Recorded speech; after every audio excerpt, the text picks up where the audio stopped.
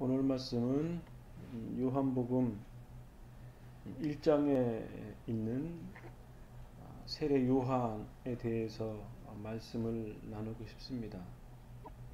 세례 요한 하면 떠오르는 것이 광야에서 외치는 자의 소리, 그 위대한 외침을 통해서 이스라엘 백성들을 회개하게 했고, 그리고 또 가장 중요한 예수님을 많은 사람들에게 소개한 첫 번째의 인물이 세례 요한이라고 우리는 성경을 통해서 알고 있습니다.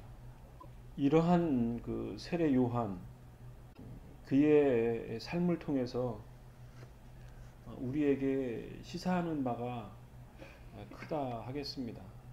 현대 교회처럼 급박하게 돌아가는 이러한 어떻게 보면 좀 정신이 없는 이러한 상황 속에서 세례 요한을 통해서 우리에게 가르쳐 주는 바가 심히 크다 하겠습니다. 고대 디오게네스라는 거짓 철학자가 있었습니다. 비록 거짓처럼 빈곤하게 살았던 디오게네스이지만 그의 학식이나 덕망은 당대의 명성을 얻기에 충분했습니다. 그는 약간 기인처럼 대낮에도 불을 켜고 다녔답니다. 첫 번째로는 세상이 어둡기 때문에 세상을 비추기 위해서 불을 들고 다닌 것도 있지만, 다른 사람들이 나를 보고 알아보거나 또는 피해가기 위해서 불을 들고 다녔다고 합니다. 디오게네스가 이런 행위를 한 것에는 당대에 암울했던 그러한 시대적 배경을 삼고 있기 때문일 겁니다. 개인적으로도 사회적으로도 국가적으로도 순탄치 못하는, 한 치 앞을 내다볼 수 없는 그러한 시대. 우리가 잘 아는 것처럼 알렉산더 대왕이 디오게네스를 찾아와서 당신에게 필요한 게 뭡니까? 이렇게 물을 때 디오게네스가 당신이 내 얼굴을 가려서 내가 햇빛을 못 보니 내 앞에서 이렇게 좀 떨어져라, 햇빛을 쬐일 수 있지 않냐, 이러한 유명한 예화가 있다고 합니다. 알렉산더 대왕은 그리스 역사상 가장 위대한 정복 왕이었습니다. 그러니까 그리스인들이 얼마나 많은 피를 흘렸고 많은 어려움을 겪었을까 짐작을 해봐도 우리는 그 시대적 상황을 충분히 이해할 수 있습니다. 한국의 상황을 이렇게 보아도 사실 우리는 큰 위기의식을 느끼지를 못하고 있죠, 솔직히. 그런데 북한에서는 핵실험을 하고 미사일 실험을 계속하고 있습니다.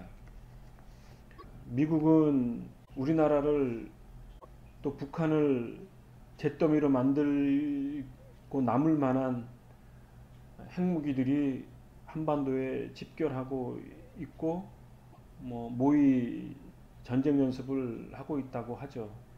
중국도 미사일을 배치했느니 어쨌느니 하고, 일본도 전쟁의 위기의식을 조장하고 있습니다.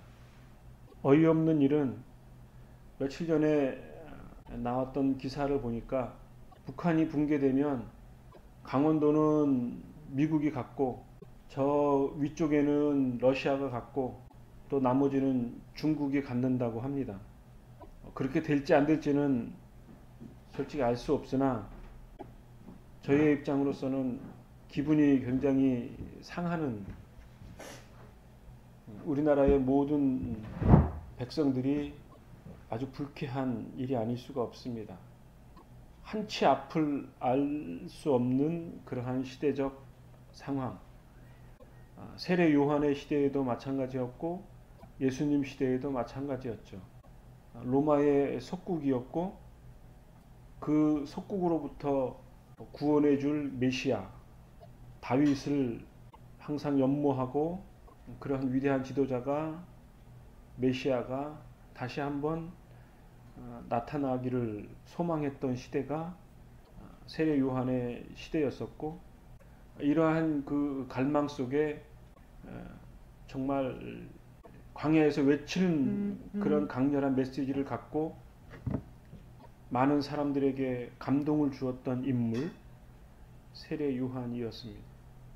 세례 요한의 가족 관계를 살펴보면 그의 부친은 제사장 계열인 사가랴, 그의 모친은 아론 가문의 엘리사벳이었습니다.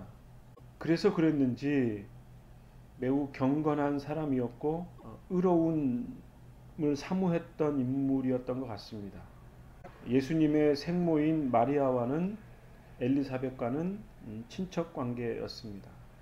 세례 요한의 출생도 좀 특이한 면이 있습니다.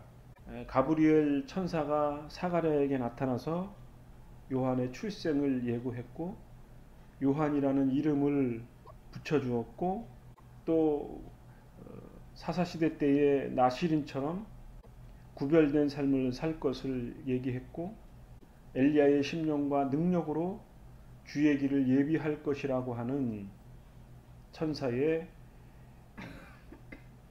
가르침이 있었습니다.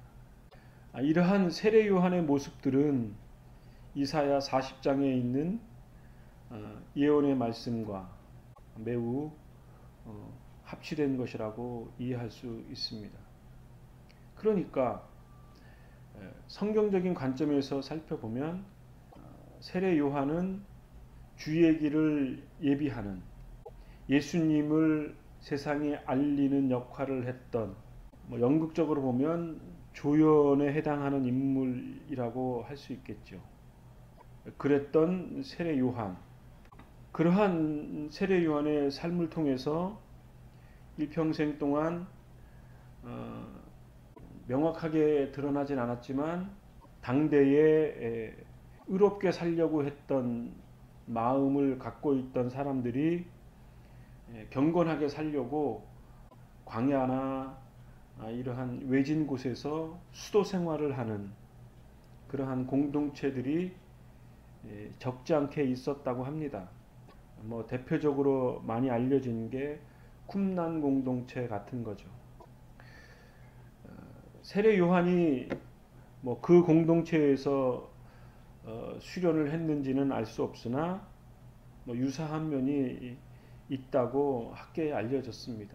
어쨌든 세례 요한의 삶은 약대 털옷을 입고 가죽띠를 입고 메뚜기와 석정을 입는 매우 경건된 삶을 살았고 세속에 물들지 않는 삶을 살았기 때문에 그가 행한 세속에서의 언행, 회개하라 천국이 가까웠느니라고 외쳤던 그 외침은 당대의 종교 지도자들이 가지고 있던 그런 외침과는 확연히 구별되는 것이었습니다.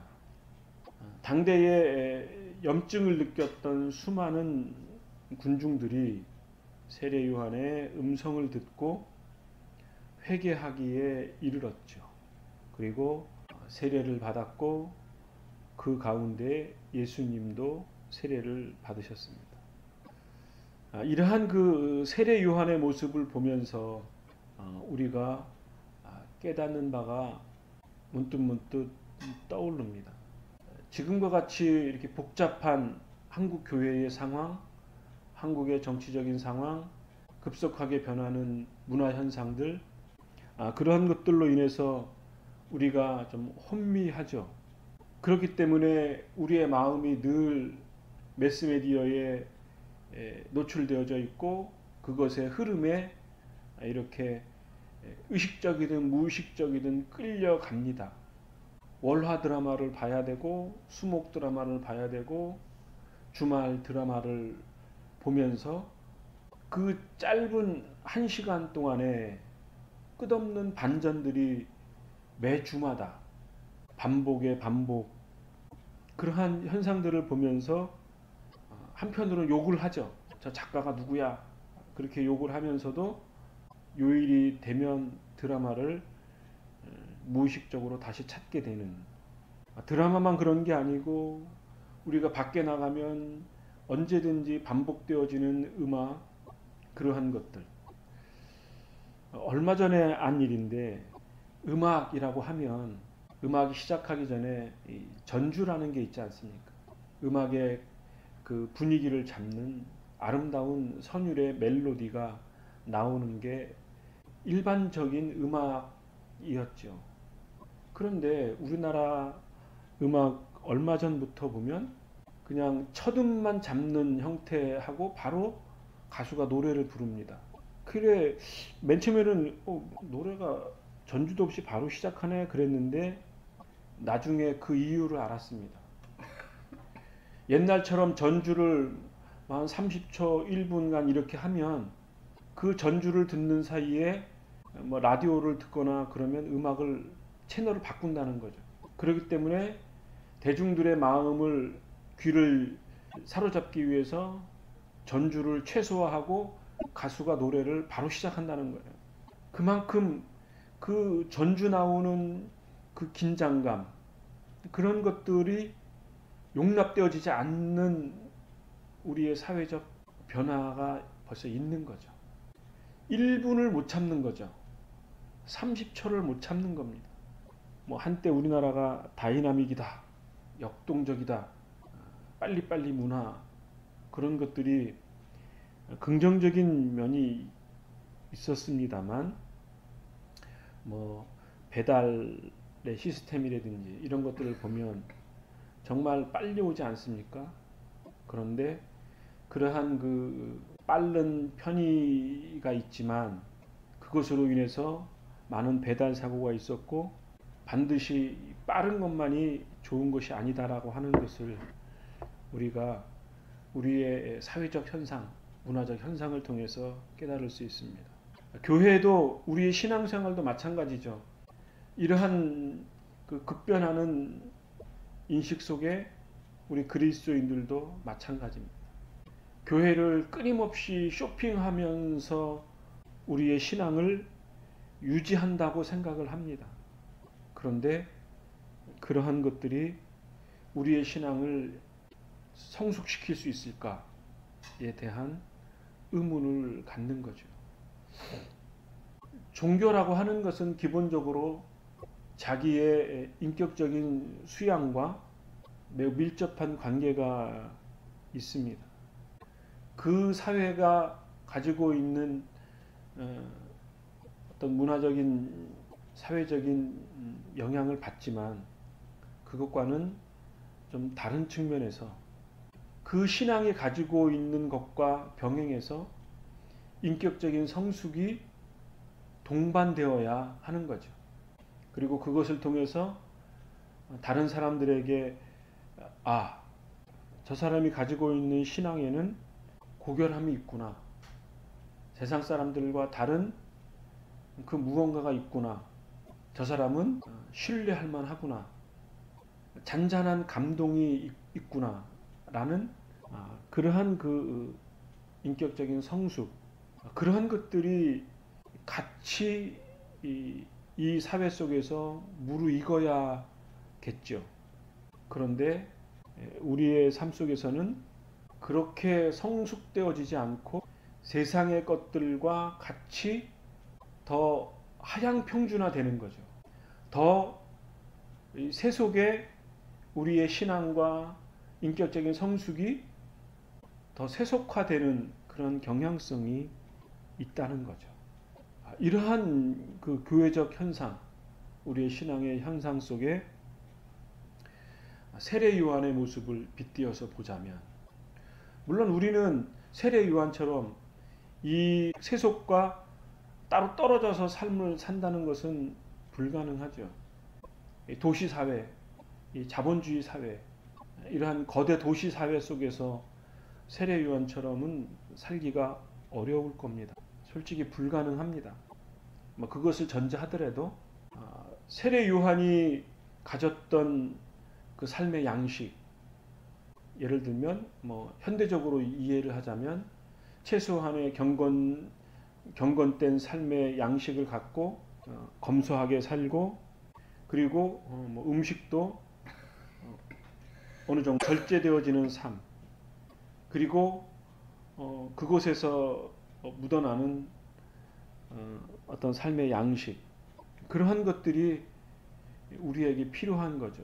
더욱이는 세상과는 약간 단절된 듯한 그러한 모습 속에서 하나님의 뜻이 무엇인가, 내가 이 척박한 세상 속에서 어떠한 삶의 자세를 갖고 삶의 양식을 갖고 살아갈 것인가, 그것에 대한 고민, 그것이 우리의 삶 속에서 묻어나는, 그래서 세례 요한이 외쳤던 회개하라 천국이 가까웠느니라, 광야에서 외치는 자의 소리가 이 세상 속에 들려질 때 그 음성을 듣던 사람들이 자기의 삶의 양식이 잘못됐다는 것을 깨닫고 세례 요한의 음성을 듣고 회개하는, 세례를 받고 내가 다시 한번 거듭난 삶을 살아야겠다, 지금까지 살았던 삶의 그 모든 것들이 잘못됐다라고 하는 것을 고백하는, 그러한 것들이 세례 요한을 통해서 당시의 유대 사회 속에 현실적으로 나타난 현상인 거죠. 그런데 지금 우리 그리스도인들의 삶은 그러한 면이 매우 희박하죠. 이런 면을 봤을 때 우리의 삶에 있어서 대단히 부끄러운 모습이 아닌가 싶습니다. 세례 요한이 가졌던 경건된 삶의 모습, 그러한 것들이 우리의 삶 속에서 어떻게 우리의 실생활 속에서 실현될 수 있는가. 각각 개개인들이 가지고 있는 처한 상황이 다 다르고 입지와 처지가 다 다르기 때문에 어떻게 해야 된다, 참 이것은 참 대단히 어려운 면이 있습니다만, 적어도 우리가 갖는 것, 성경을 읽고 하나님을 높이고, 그리고 그리스도인들과의 교제 가운데에 우리의 잘못을 부끄럽게 여기고 하나님의 뜻이 무엇인가에 대해서 우리가 깊이 생각하고, 그리고 그것을 같이 공감하고, 물론 우리가 우리의 삶을 살다 보면 사실 악한 의지가 아닌데 다른 사람들이 나를 악하게 만드는 경향이 있지요. 분명히 있습니다. 그런 면이 참 괴로운데, 어쨌든 뭐 그런 면은 좀 있다 하더라도 우리가 갖는 신앙적인 자세, 그런 것들을 잃지 않는 것, 세례 요한처럼 헤롯 왕을 잘못을 책망하다가 목이 잘림을 받아서 죽는, 어떻게 보면 좀 극단적인 저항이라고 할 수 있는데, 이 시대는 그러한 세례 요한과 같은 극단적인 저항을 하지 않더라도 우리의 삶을 주체적으로 갖고 우리의 신앙을 얼마든지 유지할 수 있거든요. 우리의 신앙을 지금 우리의 삶 속에서 굴욕당하지 않고 우리의 신앙의 양식을 우리의 삶 속에서, 우리의 사회 속에서 부끄럽지 않도록 드러낼 수 있거든요. 그러한 신앙적인 삶의 자세, 그런 것들이 필요합니다. 그러기 위해서는 세례 요한이 가졌던 절제된 삶, 세속에 물들지 않는 것, 하나님의 뜻을 향한 끊임없는 자아의 죽임, 그러한 것들이 축적이 될 때, 소위 말하는 인격적인 성숙이 무르익을 때 세례 요한과 같은 그러한 외현으로서 신앙의 모습이 드러나지 않을까 싶습니다. 모든 사람들이 세례 요한처럼 살 수는 없고 그렇게 될 수는 없겠죠. 그러나 적어도 세례 요한이 가졌던 그러한 신앙적인 자세와 삶의 자세를 우리가 마음에 품고 주님의 길을 예비했던 세례 요한처럼 우리의 작은 자아의 모습을 가지고 주님의 이름을 드러내는 그러한 아름다운 삶의 모습이 있게 되어지기를 간절히 소원합니다. 기도하겠습니다.